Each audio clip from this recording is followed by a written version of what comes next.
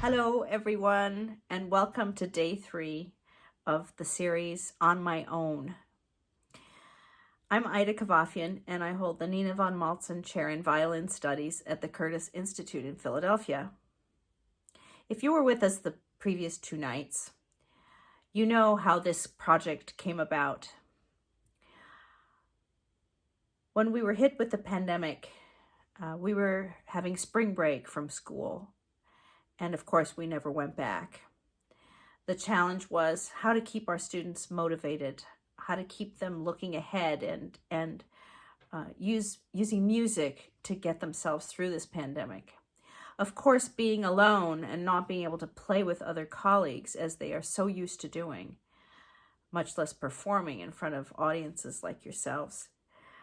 The students had to look inward and find a way to make music in isolation.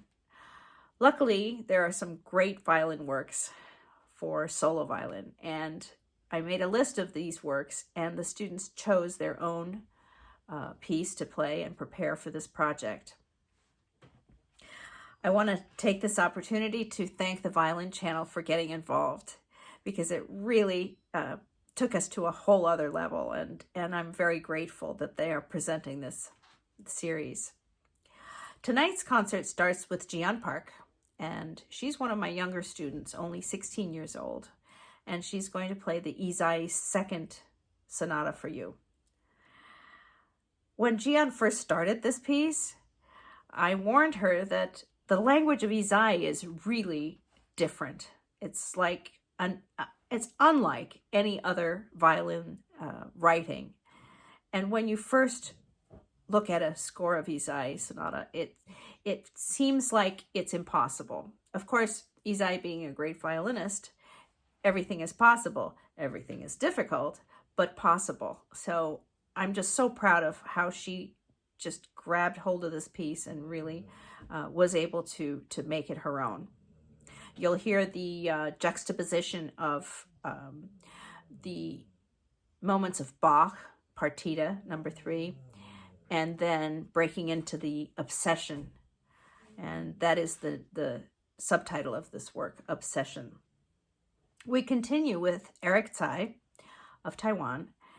And Eric is going to play 2 works for you. The first is by Kreisler, a really iconic work for solo violin called Recitativo and Scherzo. It starts with a slow recitative of almost improvisatory nature, and then breaks into this wonderful, charming scherzo.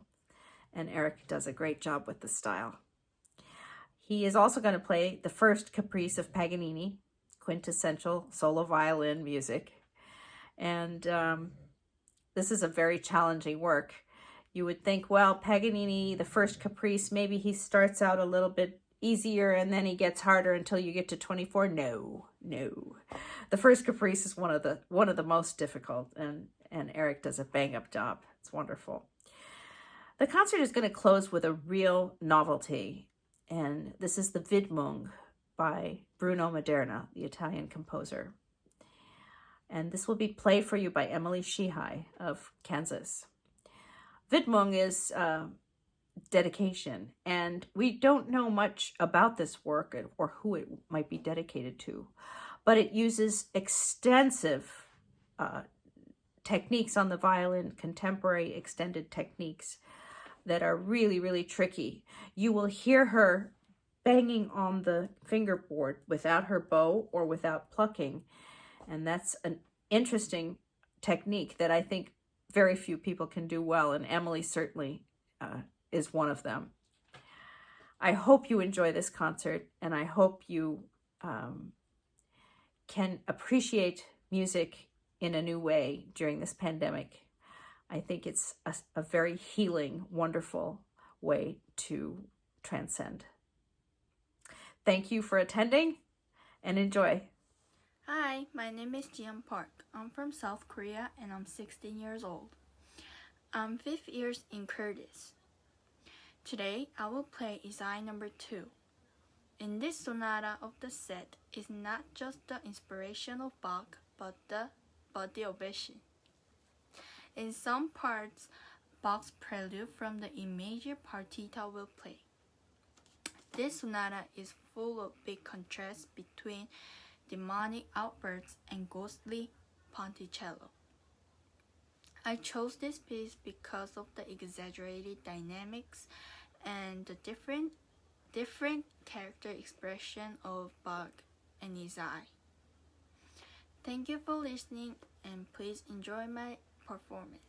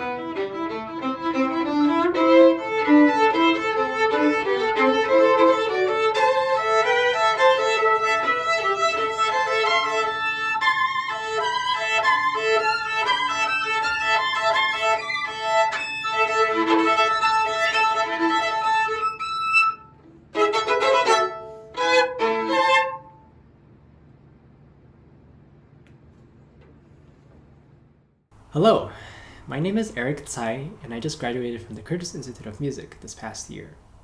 Today, I'm going to be playing two pieces for you, the Recitativo and Scherzo by Fritz Kreisler, and the Caprice No.1 in E major by Niccolo Paganini. I've always thought of the Recitativo and Scherzo as a very special piece since the first time that I heard it. Not only is it one of the very few unaccompanied pieces that Kreisler wrote, but it also encompasses such a wide range of emotions, from the loneliness of the opening introduction to the bubbly, carefree scherzo. I find that when I play this piece, it forces me to open myself and my emotions up in ways that I hadn't necessarily previously been able to do. The second piece I'm going to play, Paganini's Caprice No.1, is a deceptively difficult little work. Despite its lighthearted character, the right-hand bariolage and the left-hand fancy double-stop footwork was at one point almost enough to make me want to quit playing it altogether. However, despite it was a long journey in putting this piece together, I think that ultimately the joyful spirit and character of this piece was enough to make up for it. I want to thank my teacher, Ms. Kavafian, for all her help throughout the journey of putting these two works together, and I hope that you enjoy listening to them as much as I enjoyed playing them.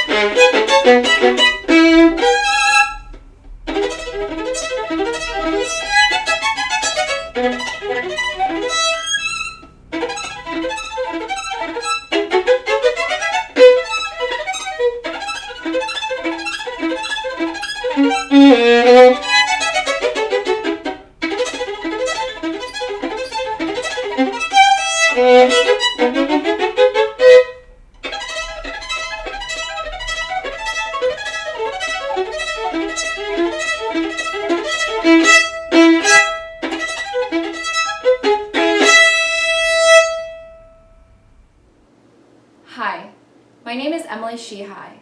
I'm 22 years old and I'm from Olathe, Kansas. This is my 5th year at the Curtis Institute of Music.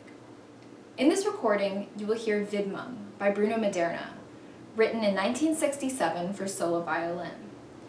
The title of the piece translates from the German to dedication, though instead of being seen as explicitly connected to a group or individual, I like to think of it as an exploration into the idea of dedication.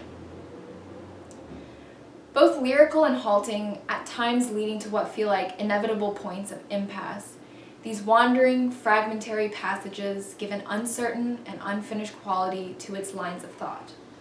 Perhaps the piece itself is unwilling to fulfill its own title. While some people may think the extended techniques used leave it inaccessible, I find that inside of the piece's long pauses and quiet drama, they articulate things which would be impossible to otherwise. While I was recording this piece, I kept thinking about a recent visit I made to the town of Centralia, Pennsylvania, where a coal fire has been burning there since 1962, only a few years before this piece was composed. Save a few of its inhabitants that refused to desert their homes, the town was evacuated. Though of course there is no connection between Maderna and this ghost town in rural Pennsylvania, the coal vein still burning hidden, deep beneath it, resonated with a sense of what this piece means to me.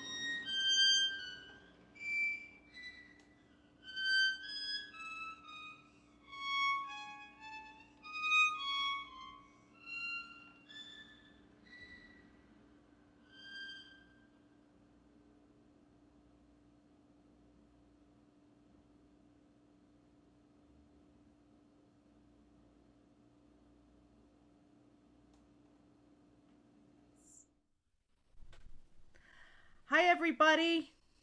Hi. Hi. Hello. Bravo on your performance. It was great concert. Awesome concert. What a great program. So varied and so many different kinds of styles. Starting with Jieon and her Ysaye Sonata. Did you enjoy learning the Ysaye Sonata, Jieon? Um, yeah, I had some hard time when I read the music, but I keep practicing. Good. So, I yeah. remember when I talked to you about the language of Ysaye. It's very Mm-hmm. unusual, So Mm-hmm. once you have to sort of learn a new language, and then things become a little bit more clear. But at Yeah. first, it's quite overwhelming, Mm-hmm. especially for how old are you? 16. Yeah. So that you're pretty young to be playing Ysaye. What did you guys think of Jion's Ysaye? Emily, do you have any comments? Yeah, I think number two might be my favorite Really? solo sonatas, and I think especially the first movement where you have parts of the Bach partita. I think that really came across with the starting really like proper and then kind of breaking out into this obsession or this madness. So I thought you did a really great job of bringing that out in the piece. Thank you. Good. Yeah. It's the changes are very sudden, and so you have to really be very you have to be sort of fearless to dig into the obsession parts. How about you, Eric? Do you have anything to add to that? Well, for me, I haven't heard Jian play in a long time, so it was. I feel like you improved so much. Like I feel like there were so many things that have opened up since the last time I heard you, and that was really something very special for me to see. I really liked your performance a lot, and especially the way that you were bringing out the different characters in the piece, various parts with the different expressions. So bravo for that. Thank you. Good. Yeah, she really has come a long way. She's matured a lot in the last year or two. It's nice. Now, Gian, what is that on your? Is that on the wall or on your screen, or what is that? It Is it called Among Us. Among Us? It's Is that something like that? a game. Okay. Do you guys know about it, Emily and Eric? I've heard of this game, but I haven't had the chance to play it yet. Is it Okay. fun? It's like Mafia game. You know Mafia? Yeah. Yeah.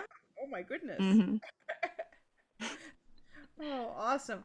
Okay, so the next thing on the program was Eric playing two pieces, the Kreisler Recitativo and Scherzo, and the first Paganini Caprice. And I remember telling you this story. I think I told you this story, Eric, where when I was much younger, I thought, oh, I'm going to play, I was very young. And I said, I'm going to play the Paganini Caprices.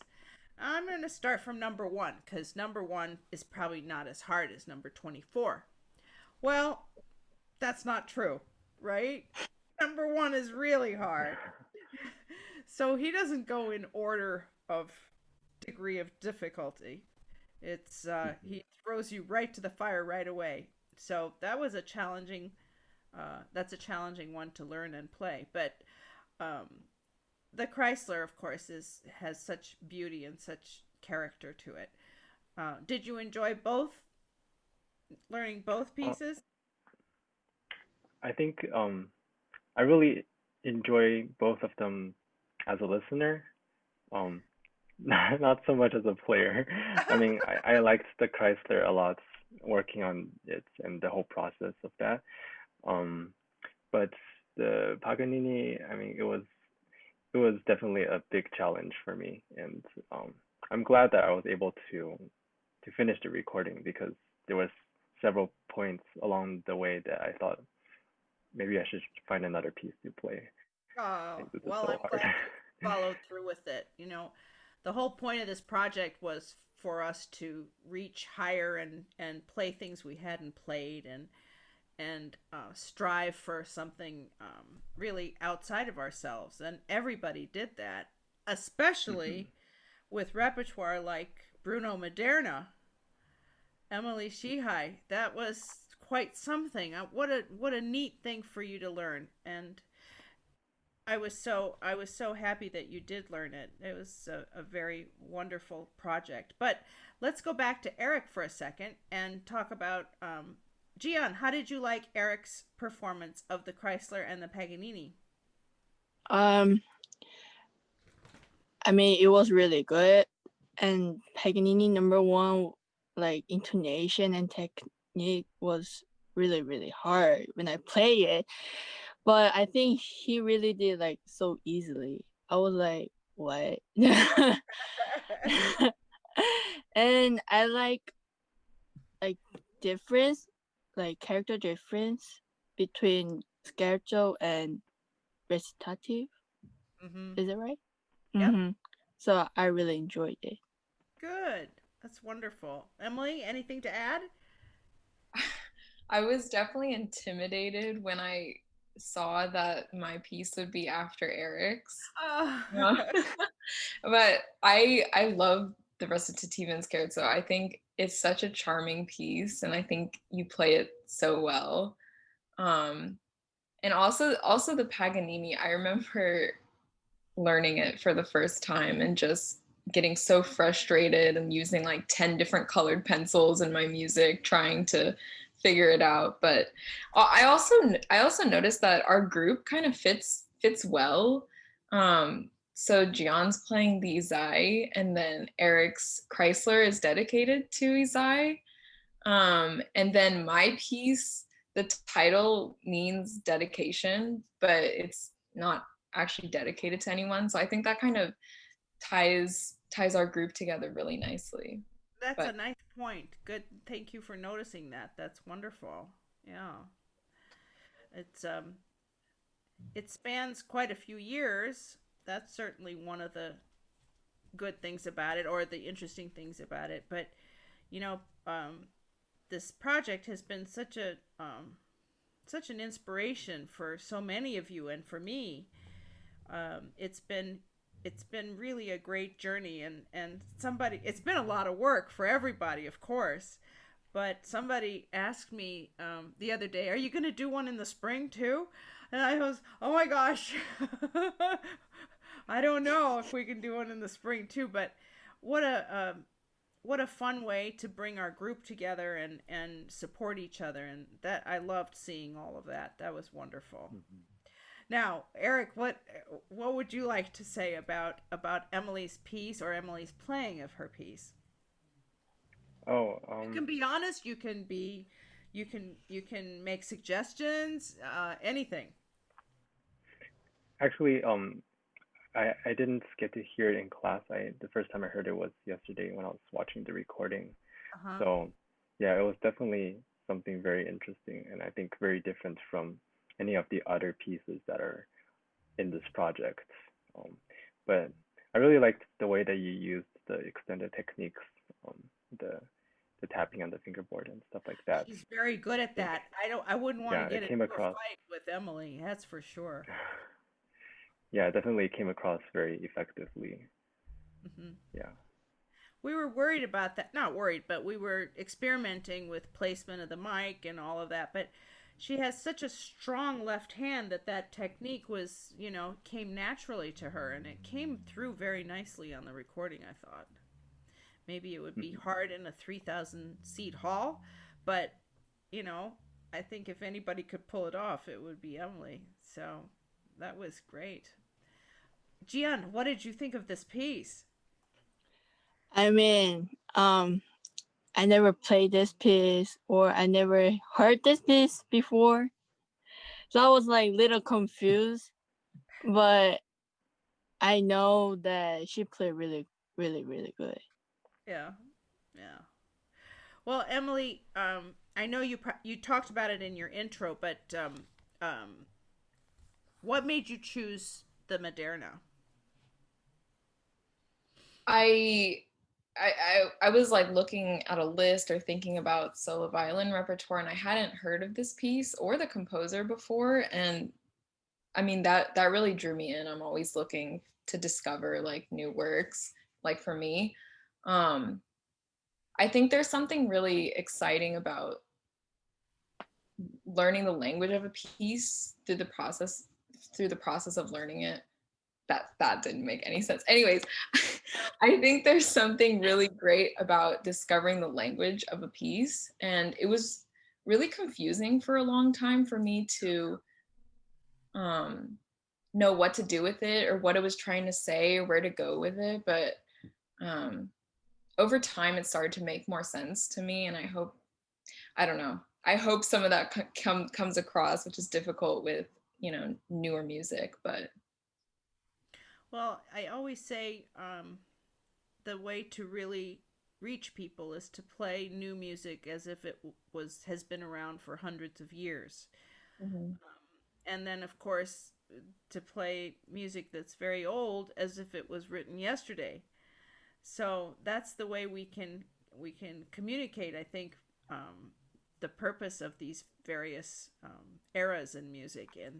And of course the most important part is the commitment to the composer and to the music, and everybody has that, absolutely. So anybody have anything else to add? I know that, well, Eric is in Taiwan, Jieon is in Korea, I'm in Connecticut, and Emily is in Philadelphia. So we're spread all over the globe, but we're getting pretty good with all the Zoom stuff. And so now it's time for us to go to sleep, and it's time for you to begin your day. What's on your schedule today, Eric? Today, I have a online rehearsal with a pianist, and then I'm giving 2 lessons later tonight. Oh, cool. So Wonderful. Now I yeah, should mention that Eric is now a student at Juilliard, but he's still part of our studio, and certainly will always be welcome. Once my student, always my student. So, and Gian, what do you have today? Do you have um, a lesson? Um, no, not today, but I have high school. Yeah. Is it hard? I mean, yeah. Um, and it makes me really tired. Like, Uh huh. I know mm, some of the students that are in Asia have very early classes. So some of them, like for instance, Unso was mentioning that she has very early classes and very late classes. So she's gotten into the habit of sleeping, taking a nap in the afternoon. yeah. 'Cause what else can you do? It's, you have to be up late and you have to be up early. It makes a short night. So have you been taking naps, Gian? Every day. Good. That's good. How about you, Eric? How's the time change working out? for me, actually, I'm able to watch all the class recordings afterwards, so I don't Ah, actually have to be um, in what do you call it, synchronous mm-hmm, part of the class. Yeah, mm-hmm. Good. so that's really nice. Yeah, Good. Well, congratulations on your accomplishments. This was a big chunk to take this on, with the between the introduction and your preparing of your piece and recording and the essay, and then we had our chat. It was a pretty involved project, but I think it really brought us all together even closer, and it allowed music to help us through the pandemic, which was hmm. a great it was a great relief, certainly for me, and probably for you Thank you guys. so much, Ms. Kavafian, for all your help through this entire project. I think My it was pleasure. really very special for us to be able to have this throughout the summer and for us to be able to connect in this way. Thank So you, thank Eric. you. Don't make me cry now. Thank you. seriously for coming up with this. I definitely feel that studio classes, I don't know, I feel closer with everyone in studio now because of this, but I Yeah. think it really helps with the Zoom. Yeah, it does. Yeah. Yeah, I'm glad you feel that. Well, I'm glad that I could help, and I'm glad that we're getting through this together. We're not alone, even though we can make music alone, which you guys did so beautifully. Bravo. Thank you, and have a good day and have a good night. Thank you. You're Thank welcome. Thank you. you.